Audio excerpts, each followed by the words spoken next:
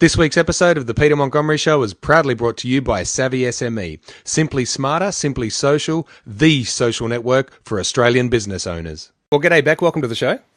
Thank you very much, Peter. Now, could you tell us a bit about who the clients you work with and what it is you do? Because everybody that's watching this episode, I'm pretty sure knows what you're about and where you're from. But yeah, it'll be great to get it from your mouth. So who do you work with and what is it that you do? All right. So I run two online businesses, but the one I've run for the longest, that's probably more well known. Although I don't always assume, in fact, I rarely assume that anyone knows about SourceBottle, but is SourceBottle, and it's just the service that connects journalists and bloggers with expert sources for comment. So so what it does is it helps journalists and bloggers find sources for their stories, and then it helps people like you and me get free publicity, and that's it in a nutshell. And I've run that for 4 years now. And I run it pretty much on my own, but I have 2 virtual assistants. I had 3, but one went off to do her own thing. She was over in the US. The other one is in the UK, and then I've got one that I absolutely love and treasure here in Australia. And that's it. That's our whole team. So I always laugh when I get emails, people saying, "Oh, can I speak to someone who can deal with this, or can I have a chat to Bec Derrington?" And it's come to contact at, and I'm like, any email you send to any address at SourceBottle comes straight to me, and people are always surprised when I respond directly to them on sort of something that seems quite minor. They're like, "Oh," and I try to be fairly timely with my responses. So anyway, there's an assumption, and I was quite happy to nurture that assumption in the early days that it was much larger than me. But now I think that's not important. I wanted it to have, I wanted people to take it seriously. So I didn't mind them thinking it was quite sizable an organisation. But I think now I've kind of established that I'm here to stay. Mm. And so I don't think it's as important to have that perception. Okay. I'm happy for people to know it's a micro business. Yeah. Okay. Now let's talk about, because we can talk about your other business as well a bit later, but while we're on the topic of SourceBottle, we'll talk about that. How did you start it? Why did you start it? And it would have probably been important to you at the start to make it seem larger than life and bigger, and all the bells and whistles, so it doesn't just look like, oh, this is just like a home job sort of thing. Yeah. So talk a bit about how you started, why you started, and that perception in the beginning. Yeah, look, well, in the beginning, I mean, my background is I was a lawyer, but I always joke that it was for about 2.5 minutes, sometimes 3 at a stretch, and I hated it. I really hated it. So I eventually decided in my early 20s that I'd like to pursue what I really love, and that was PR, marketing, and communications, because that was where my strengths were anyway.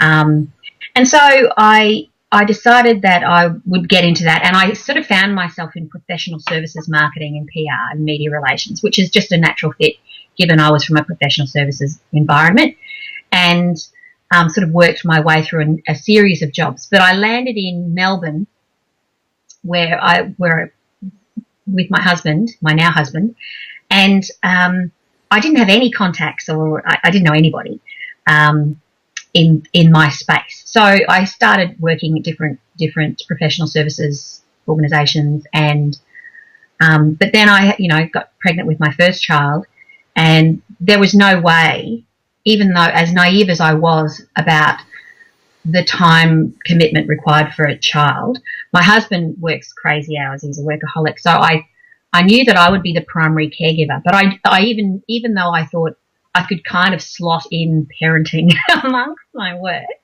I don't think I ever realised the level of commitment that was required. But I knew that it would be more than too much to actually try to juggle in the sort of high pressure jobs that I'd been working in. And so I decided to start my own thing. Anyway, long and the short of it was I was doing lots of PR and communications and copywriting and things for different organisations, mainly professional services. And I found that when I was doing PR, I just realised the whole premise of the public relations or media relations model was flawed. I just thought, this is crazy. Here I am, trying to work out which journalists would cover this particular area because, it wasn't always the same clients. And so sometimes it was sectors that I'd never worked at and I didn't have any contacts. And I thought it just seemed really flawed philosophy to be pitching stories and crossing your fingers and hoping that the journalists would be interested. And I said, why aren't we just asking journalists? I sort of use this metaphor and say it's kind of like going to a restaurant and sitting there as a diner and having the waiters and waitresses bring you food and you not even asking for it and then deciding, okay, which one do I like? Do I like anything here? Like, it just seemed flawed. So, and I thought as a collective we could absolutely find fantastic sources, fresh sources for these journalists and bloggers all the time. And so I sort of did some research to see if there was anything like that really here in Australia, and there really wasn't. There were a couple of services overseas, some well known, and a lot of them were paid. There was one big one that was free, and but I even thought their models could definitely be improved on, and so so I just took a punt and just said I've just got to do it. I've just got to start and try. As you do, as you do, and made lots of mistakes and pre-launched the service before the website was ready, and then had major technological issues because I'm not a coder. I don't know how to do this myself. It's not my background or my expertise. I really, really wish it was, but it's not. So I just found that. I was struggling to get it started, with the main focus being trying to get journalists and bloggers to trust in the service, and get results in the service when you've got very few people on your database. I mean, most of my subscribers at the time were friends or friends of friends who were just doing me a favour and going, what the hell is this? And then educating the market on the value of being signed up. I mean, that was the other thing.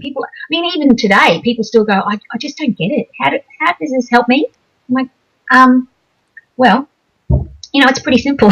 Yeah. But then I kind of think I'm taking for granted that I know it so well and intimately that perhaps I need to just take a step back. And so I do need to hear when people go, I'm really confused by this whole concept. And people that aren't in PR and understand, say, the other model that still works and is very operational, that complements SourceBottle so well. But people that don't understand how news finds its way to a viewer or to a reader, it can be a little bit of a foreign concept. My mother still doesn't quite get it. She still really struggles with me when she's trying to sort of say, can you just explain what that service does again? Yeah, like I can explain how it's done something for me, like how it's put me in contact with certain services. This is why I wanted to get you on, because I just love SourceBottle, because I check it every day. Is it for me? Yeah, sometimes, and I just read the headlines just for everyone out there. Make sure you got good headlines, because that's all I read. So I just read the headline to see, is it for me? Is it for me? Is it for me? Well, that one looks interesting. So that's put me in touch with someone who is sort of, we've made partnership sort of thing, as a partner of the show, Savvy SME. So I found them through there, and wanted to be interviewed, or people want to be. Oh, that looks interesting. I looked at it and I went, "Ooh, that's really good. I like this." So SourceBottle's put me in touch with Savvy SME. Sydney Business Month, which is coming up in September. Just saw something there, someone looking for interviewers or something to do a show. I thought, well, that's what I do. I'll have a look at that, and it was bang. Now I'm, my show is in September is Sydney Business Month for 4 weeks in a row. So that's another SourceBottle connection.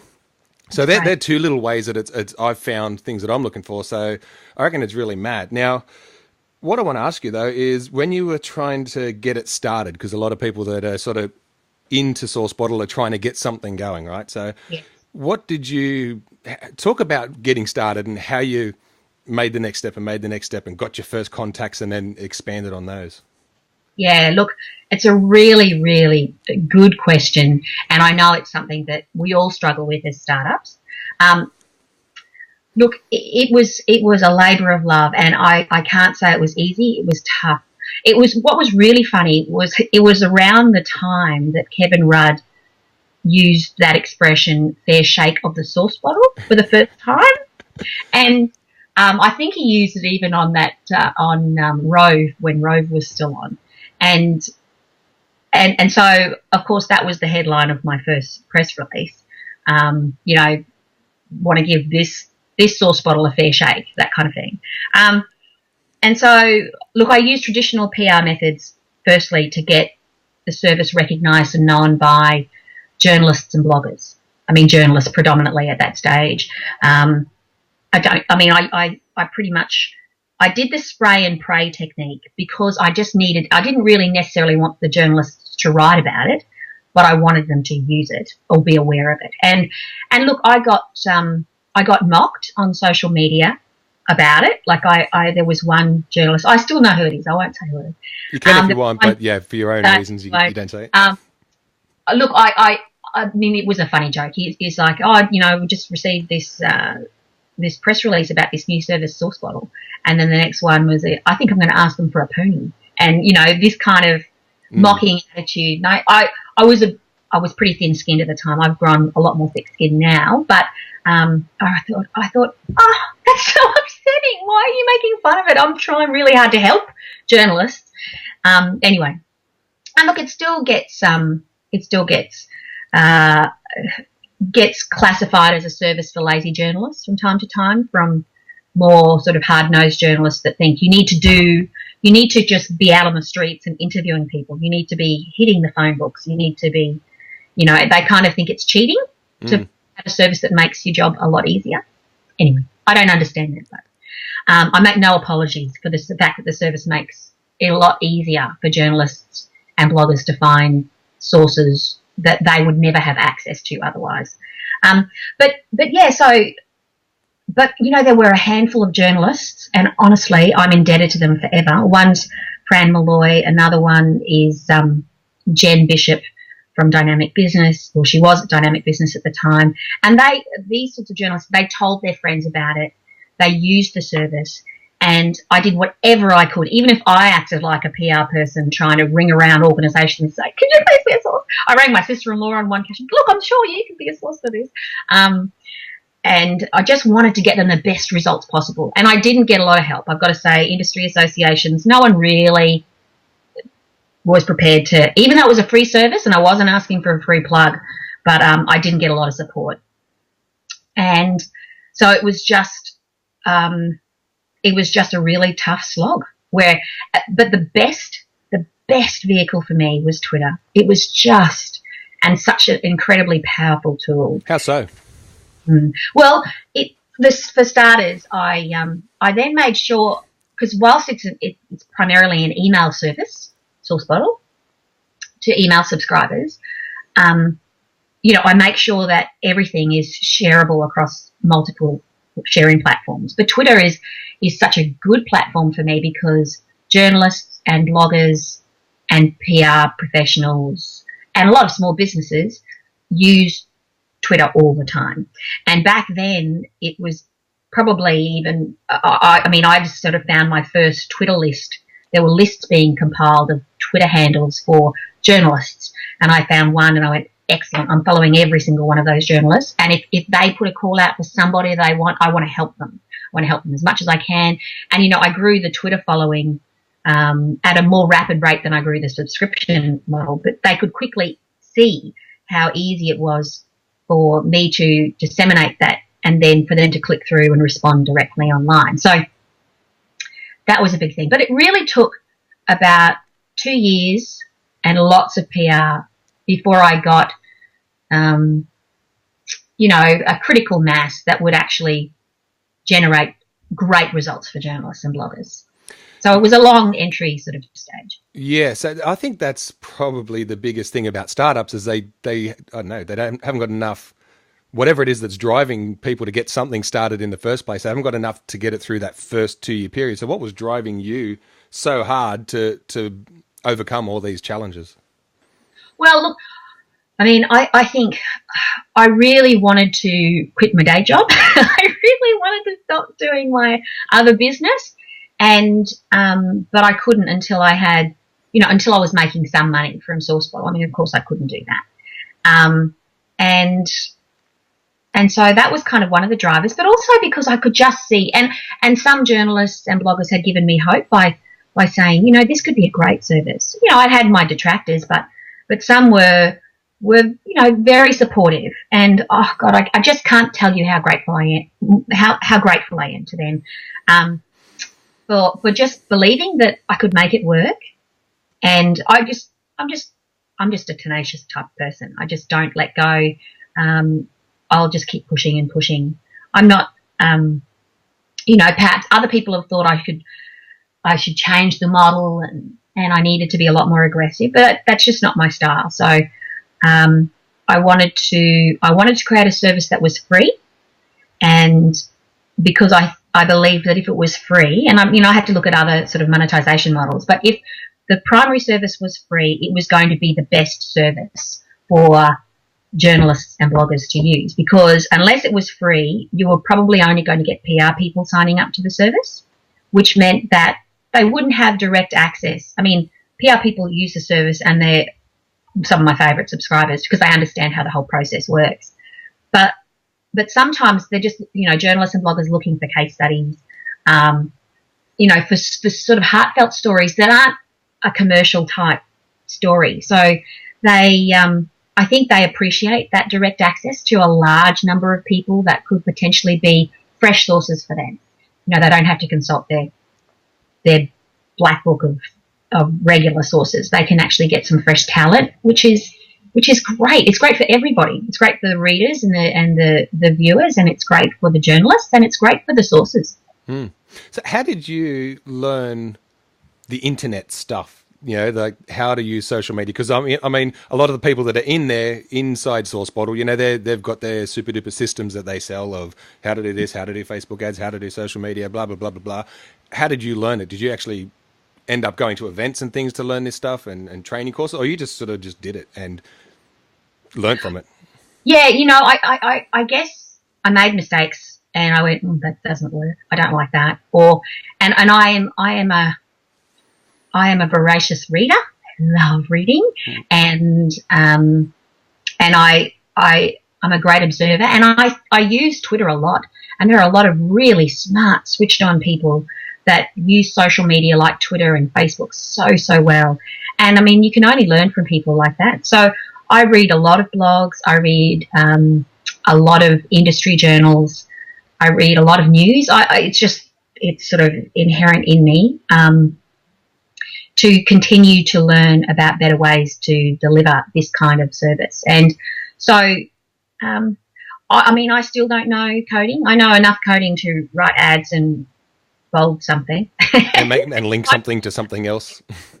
But, beyond that, I don't. And I don't know anything about coding. I employ people that are much smarter than me to do that kind of thing.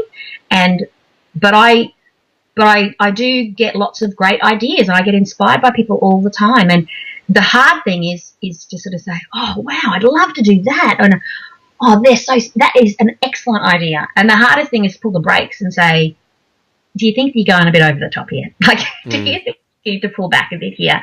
But yeah, so I'm interested. I'm genuinely interested in this space. So it means that it's something I love to do and read about, and I'm interested. So I don't even notice. In fact, half the time I sort of think, oh God, can I do some work? I can't stop reading. I can't stop reading. Anyway. Yeah. Now, what do you read? What sort of things do you read? Some authors maybe. Oh, some authors. Okay. Well, I mean, I've got, at the moment I'm reading that Lean In, which I think is fantastic, by Sheryl Sandberg.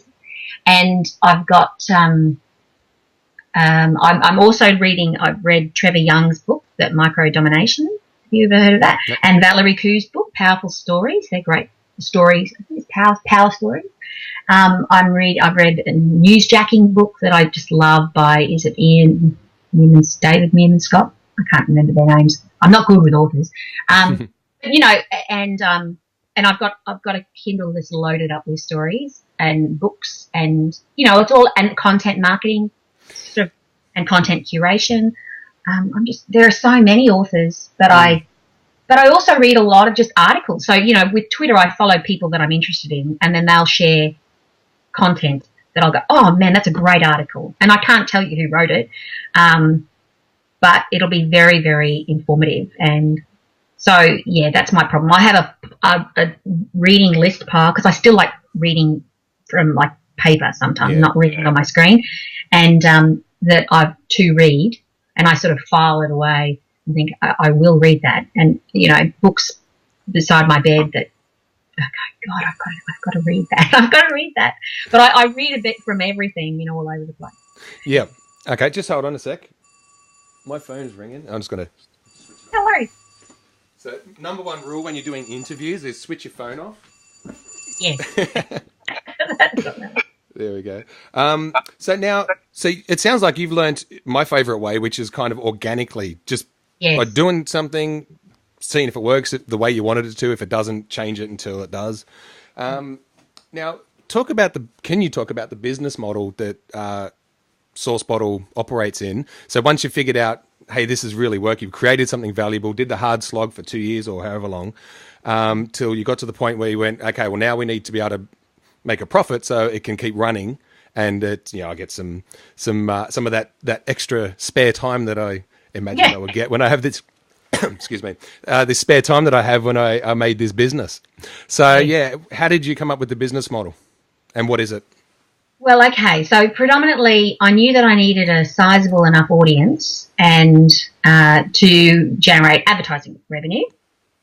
So that was number one, and so I employed different types of, and to sort of show and demonstrate that advertising would work, I would do sort of member get member campaign. So if you gave a product, so I'd get someone to say, I want a free ad for a product.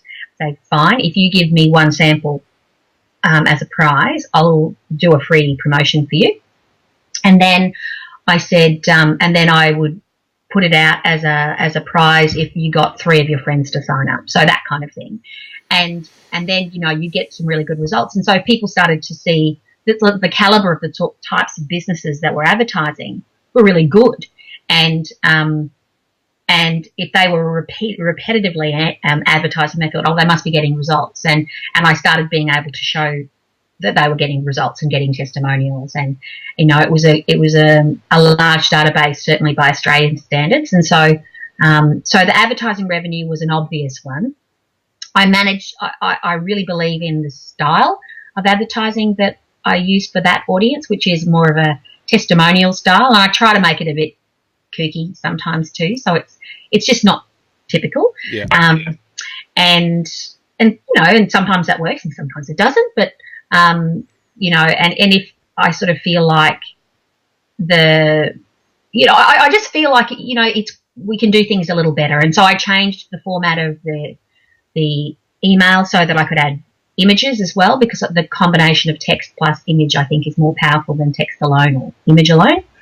And so and then I also actually, at the request, the service has definitely grown, and the monetization model, even though I know that's not even really a word, it's just a made up word that we use all the time, that model has kind of grown organically from requests that people have sent me that trying to use the traditional SourceBottle method, which is, SourceBottle connects journalists, bloggers with sources. That's it. So things like requests for promotional materials for gift bags and that kind of thing, and PRs looking for case studies or experts to quote in media releases. Those sorts of things were requests made to me that I thought, well, actually, I should add this, and this could be a paid arm of the service, so that the primary service can stay free, and I can add these sort of value add type services to that are of use to my users in the service, but also they could pay a small fee, and then that would be less dependent on advertising all the time. So I added that. And then I added the request service, which means so people can pay a subscription fee, very small subscription fee, and per month to post requests for giveaways, for events, for products to review on a blog, or that sort of thing. And as long as the people that provide the product get an opportunity to promote themselves, that's kind of the litmus test I apply. And so I kind of think, okay, look, that's going to work for everybody. Because the whole premise of the service has to be getting visibility for you or your business or your brand, from a user perspective and from a journalist and blogger perspective. It has to be about finding great sources. So as long as it didn't detract from the primary vehicle, the primary purpose and objective, then I knew it would be a great value add. And then just recently I've added the expert profile, which addresses a major problem with the service, which is that people hurriedly respond to a call out very quickly and often enter their contact details incorrectly. And they get tired of providing a very comprehensive response about their background or their experience or whatever. And so I thought, let's just shortcut this whole thing and try to avoid that together. And with a small sort of subscription fee, you can sign up, create this very comprehensive backgrounder on you with a photo and, your latest blog post and whether you're available for expert comment, available for photos, ready to be interviewed, whatever, and provide a small fee for that. And I'm about to actually offer as another value add for experts that they can search through the database using keywords rather than through the topics. So I'm just constantly trying to, because I have to keep the core service free. I really think that's fundamental to what I stand for. I just think it's important that that's free. And so with little value adds that $7.95 a month or $25 a month or whatever, low level, no commitment type subscriptions, I feel people can dip in and out and benefit from the service. And I sort of create a business that's not entirely dependent on advertising.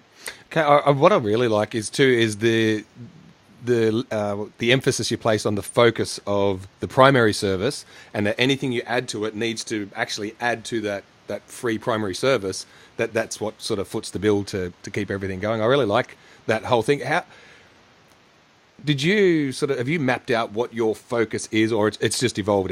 That's your focus. It always has been, and it's never going to change. Look, I had to probably really define that clearly in my mind, and particularly even for people who help me with the service, like approve the call outs, because there are lots of times people try to use the service creatively and almost to stretch the parameters, and you almost think that kind of achieves our core purpose, but it doesn't really. It's a bit of a stretch. So you need to continually remind yourself what the focus is before you approve a call out, any call out, because otherwise it can start getting really spammy. And I know people have gotten through the loop. I always find out because people go, hang about, this person's trying to abuse the service this way. And I really respect the fact that people that are part of the sort of the community, the SourceBottle family, want to protect the integrity of the service, so they let me know.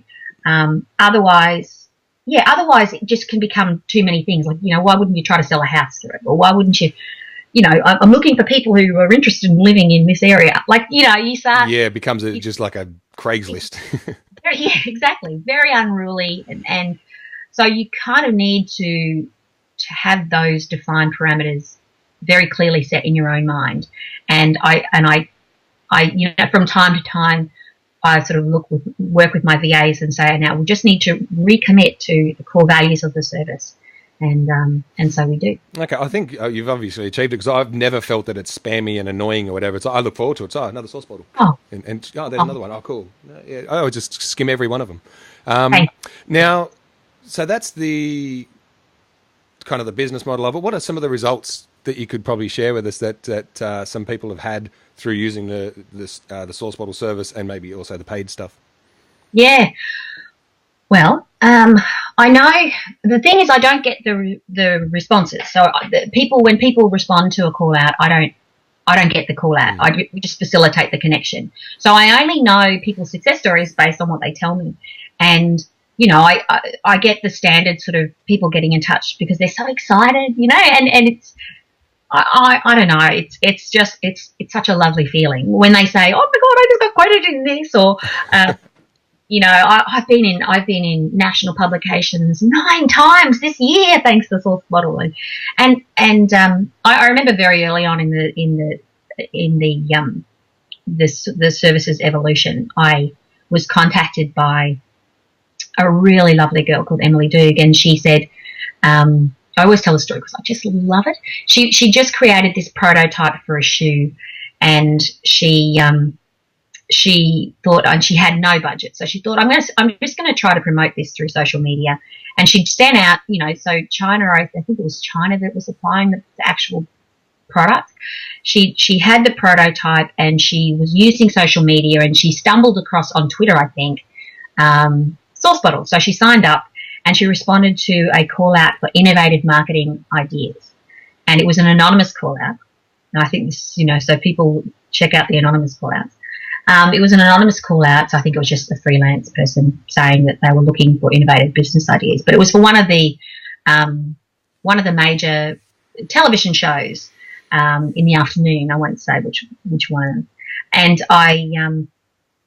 so before she'd even received her first shipment of product, she was contacted by these guys. They wanted to film, and so she was out on, you know, with her product being promoted to 1 point whatever million people before she'd received her first shipment of product, just because she responded to a call out. And the fact that it was anonymous didn't make her feel intimidated by who it ultimately was for. So so it really sort of landed her some great publicity that God would cost so much money to actually to get any other way, you know, through traditional advertising. So, and then I went to a conference not so long ago, and someone asked me, this gorgeous lady asked me, what do you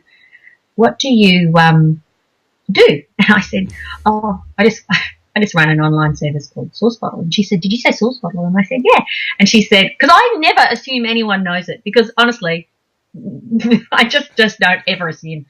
And she went, SourceBottle got me a regular TV gig on, you know, morning breakfast, morning television. And I was like, oh, I'm so excited. And then, you know, even just recently, this TV personality got in touch with me, and I was like, oh my God. And they said, oh, I just wanted to connect with you on LinkedIn, because they'd seen me. I think I liked their Facebook page or something. And he said, I just wanted to connect with you and I just want you to know that, you know, 3/4 of the success I've had in the media has been attributable to SourceBottle. And I couldn't believe it, because I knew him from television. I was like, oh, that's so great. So anyway, I get so excited. And I know that sounds crazy after 4 years of this, but whenever I hear these wonderful stories, it just means that the service is fulfilling its purpose and getting great opportunities for people that wouldn't necessarily have had these opportunities before. And yeah, it's great. It's great. So yeah, so lots of good stories. I've got lots of good stories, and I'm always happy to hear more. Always. Yes, so send them in, guys. So you do have your story, because she doesn't get them otherwise. Yeah, that's right. I wouldn't have a clue. All right, now that's kind of SourceBottle in a nutshell, or in a sauce bottle. Sorry, I don't usually do puns. So can you talk about, you were saying you do a different business as well? Yeah. Other than SourceBottle. So yeah, I know nothing about that. So tell me all about it.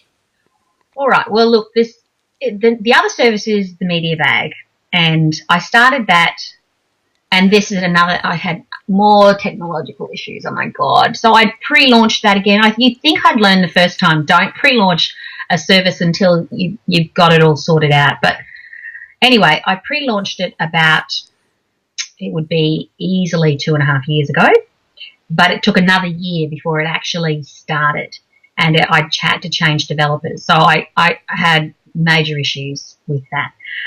So it's called the Media Bag, and it's really arisen out of requests made from sources through SourceBottle or subscribers to, they have a great product and they want to pitch it to journalists and bloggers. So they wanted to use SourceBottle that way because they thought, well, clearly, lots of journalists and bloggers are signed up. The fact is, journalists and bloggers don't sign up to SourceBottle unless they want to be sources themselves. They don't need to sign up to post a call out. So I'm like, actually, the service doesn't work that way at all. You kind of have to sit back and wait for a journalist or blogger to say, I'm looking for these sorts of products to learn about this type of product or to road test this type of product. So I said, but I really should create a service like that. So what I did is I sort of went to the drawing board and I thought, how can I do it? And I thought, well, what I need to do is create a database of journalists and bloggers. And I felt like I had significant enough a reputation in that space for them to know that I would be serious about this and it wouldn't be a shabby service. And I needed to create a service that would allow people, brands and other people to post, to pitch their product, just a description of their product, its advantages, whatever, to a collective sources of journalists and bloggers who review products like that. And so I sort of developed the media bag. So, and what that does is it does exactly that. It gives brands and businesses and PR professionals a platform to pitch their product to interested journalists and bloggers all over the world. And they have the option to either provide product for review that the reviewer can keep, or lend the product or services. It also extends to services, so in the form of vouchers. So if you're a food blogger and someone's got a new breakfast menu, they could pitch it and say, look, this is the new menu. Do you want to come in and try it? Here's a voucher. And, however many numbers. And then they pitch it on the service. And then those people get an email. The people who subscribe to the service get an email if it's under a topic that they've nominated that they're interested in. And if they want to review it, they click a button. It goes straight back to that person. They put in any extra details, like they need it by this date. And then that person gets to see their full profile and to decide whether they want to send them that product. If their audience isn't right or isn't big enough, or they don't have to. So it just deals with the issue of, it's so difficult for brands to get recognised by, without this scattergun of just sending out a whole lot of product, which is such an expensive exercise for a lot of small businesses starting out with new products. Send it out to a whole heap and cross your fingers and hope the right person gets it and hope that they want to actually review it. They don't just throw it in the bin. And then how do you know all the right bloggers to send it to and all the right journalists to send it to? And so I thought I just need to simplify the whole process. And it's been really effective. One of the benefits that I hadn't foreseen was one user of the service said that she got something like 45 requests for her product, and it was easy. It was like a calendar, so she didn't have a lot of problems supplying that demand. You get to stipulate how many are available, so people can, if they wanted, they need to respond quickly if there's only a small number. But so she facilitated that, and she said what she hadn't foreseen, or the benefit that she realised that I thought was great, was that because the keywords that she'd used in her pitch were then used by the reviewers, then it meant that it elevated her organic search position, her organic listing, under those keywords. So she was the top one in Australia, I was like, that is so awesome! That is so awesome! I hadn't even realised that would potentially happen. I don't know why I didn't, but anyway, so that sort of stuff. But that's just chugging along. That's sort of fairly new. And yeah, so how new? Like when did it start, and kind of where is it at now? Really start. It started late last year, really, or towards the end, maybe second half of last year. Started. So we've probably just gone through. Maybe we've probably just celebrated our first year. Yeah. I'm not sure. But I only recently, again, I don't know why I didn't learn this the first time either. Again, I had just primarily developed it as an email service. So you'd send out to those people, they would reply, and, the marriage is made.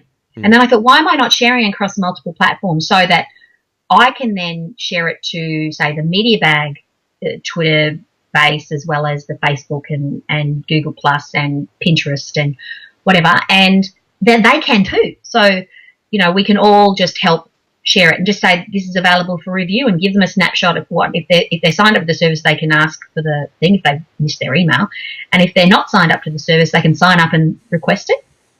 So, yeah. So if people are interested in getting in on MediaBag, what's the web? Is there a specific web address for that? Yeah, it's just themediabag.com. Themediabag.com. That's nice and easy to remember. Nice. Excellent. Yeah. Well, and anyone that's watching this, they know what the address for SourceBottle is, but could you just say it out loud? Yeah, sure. I'm not doing the www bit, but it's just sourcebottle.com. And Source is spelt?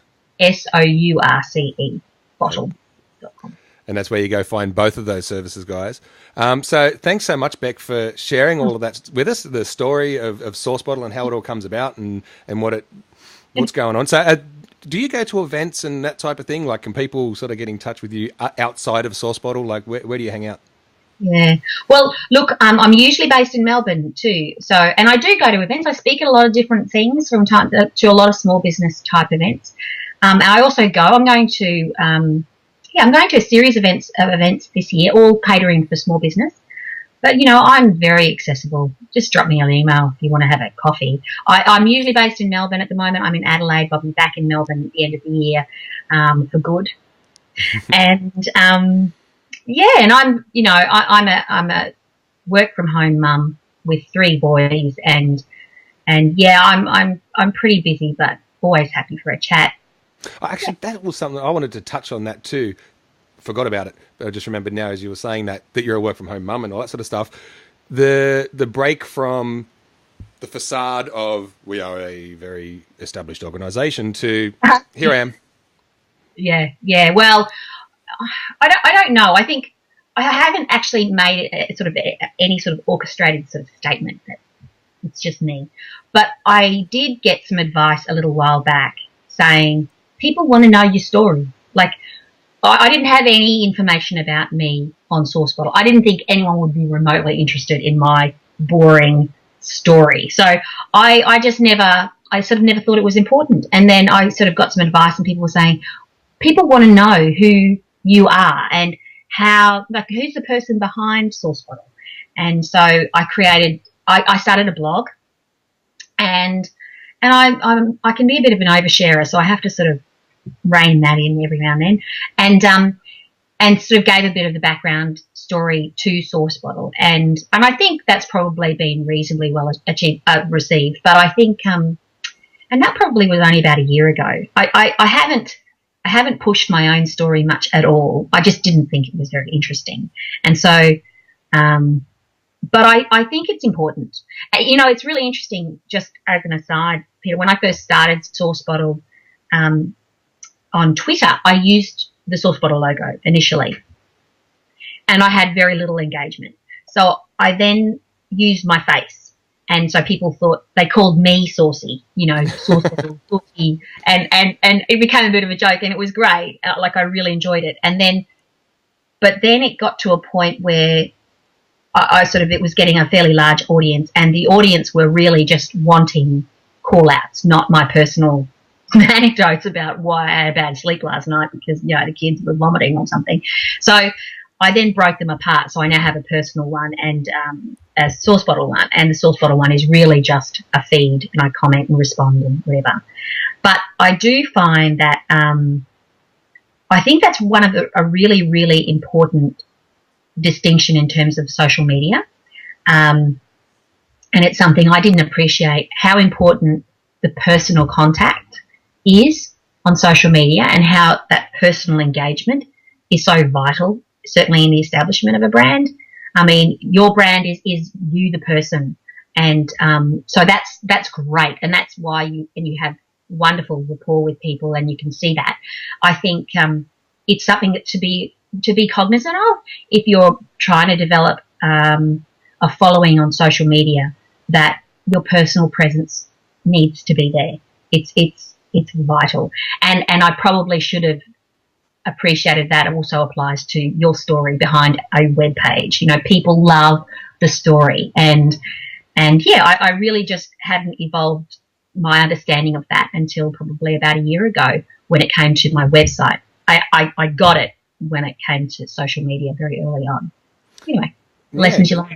No, that's awesome. I reckon that this whole interview was worth it just for that little snapshot. Yeah. Now, actually, you were in a competition thing or something, Women in Business. How's that? Is that still going? What was that? Because that's about your story there. Yeah. Is that the clickable you're talking about? Yes, I think that's the one. Mamma Mia's clickable awards. Yes. Man, that was. I was so excited. I couldn't believe it. I mean, I love Mamma Mia. I love Mia Freeman. I love, I love their website and big fan. And so they just contacted me and said that that they'd like me to be one of the finalists in their inaugural awards. And I was really flattered. I felt completely unworthy, but I was really flattered. And I think that they've got to the finalists now, and I didn't make it to the finalists, but it was nice. It was an acknowledgement that a lot of women are doing great things on social media, and a lot of bloggers, and then women that do in the clicktivism space, so sort of activists online through social media. And yeah, I was super impressed when I looked at some of the nominees. They're just amazing. So yeah, that was very exciting, and it meant that a lot of my hard work had been paid off, and it meant that Mamma Mia knew about me. Like, I just was super thrilled. Because I'm just a mum at home. I've done lots of PR for other people. I find it very hard for self-promotion. I think that's really a big struggle. So it was just lovely. That's awesome. Okay, guys. So yeah, go to sourcebottle.com and mediabag.com. Themediabag.com. Themediabag.com. Add the same as like the Peter Montgomery Show. It's got a the in it. Themediabag.com. Thanks so much, Bec. You've been an awesome guest, and I've just had a ball. I've been looking forward to this, and I've actually had you in my sights for a long time. But I had to build up my own little bit of a database of previous work to go, she might say yes now. Oh, of course. No, thank you so much, Peter. That's lovely. Thank you. All right, you make it a great day. I'll talk to you sometime in the future. All right. Thanks so much. Bye-bye.